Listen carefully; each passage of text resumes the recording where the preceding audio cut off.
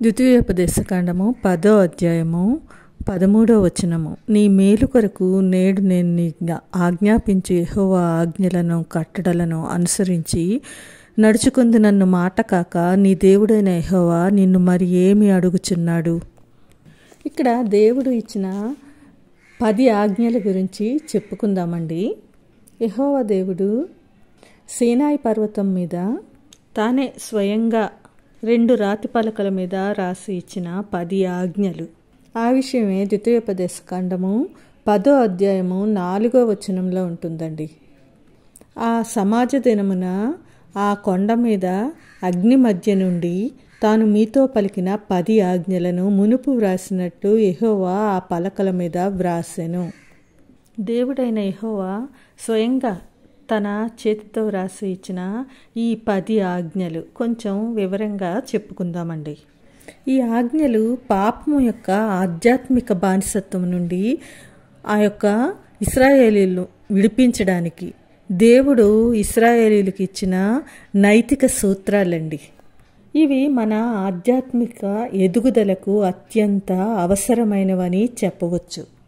నేటి క్రైస్తవులకు ఈ 10 ఆజ్ఞలు వారి యొక్క విశ్వాసం పెంపొందించడానికి అవసరమైన ముఖ్యమైన సూత్రాలుగా కూడా చెప్పవచ్చు.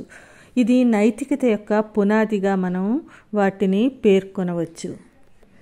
మానవుడు నీతిగా, ధర్మబద్ధంగా, న్యాయబద్ధంగా ఎలా జీవించాలో, దేవునితో ఎలా సంపూర్ణమైన సంబంధాన్ని కలిగి ఉండాలో ఈ ఆజ్ఞలు మనకు సవివరంగా వివరిస్తాయండి. ఇవి నిర్గమాకాండము 20వ అధ్యాయము 2 నుంచి 17 వరకు, అలాగే ద్వితీయోపదేశకాండము 5వ అధ్యాయము 6 నుండి 21 వరకు మనము చూడవచ్చు. అలాగే ఒక మనిషిగా మనం అనైతికత నుండి నైతికత వైపు మళ్లించడము, నీతిగా నిజాయితీగా ఎలా జీవించాలో ఇవి మనకి నేర్పిస్తాయి. ఇవి ఆనాడు ఇశ్రాయేలీలకే కాదండి, ఈనాడు మనకు కూడా ఈ లోకంలో జీవించడానికి కావలసిన మార్గాన్ని మనకి చూపిస్తాయి. ఈ 10 ఆజ్ఞల్లో మొదటి 4 ఆజ్ఞలు దేవుని పట్ల మనం ఎలా ఉండాలో చెప్తే, మధ్యలో ఒక ఆజ్ఞ వాగ్దానంతో కూడిన ఆజ్ఞ, మిగతా 5 ఆజ్ఞలు మనం ఎలా ఉండకూడదో మనకి నేర్పిస్తాయి.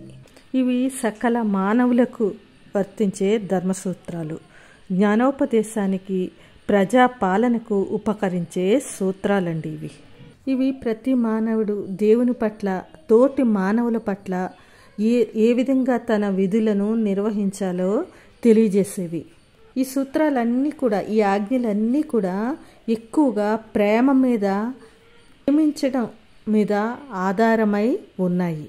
ద్వితీయోపదేశకాండము 6వ అధ్యాయం 4-5లో చూసుకుంటే, నీ దేవుడైన ప్రభువును నీ పూర్ణ హృదయంతోనూ నీ పూర్ణ మనసుతోనూ ప్రేమింపవలననియు నిన్ను వల్లే నీ పొరుగువారిని ప్రేమింపవలననియు వ్రాయబడి ఉన్నది.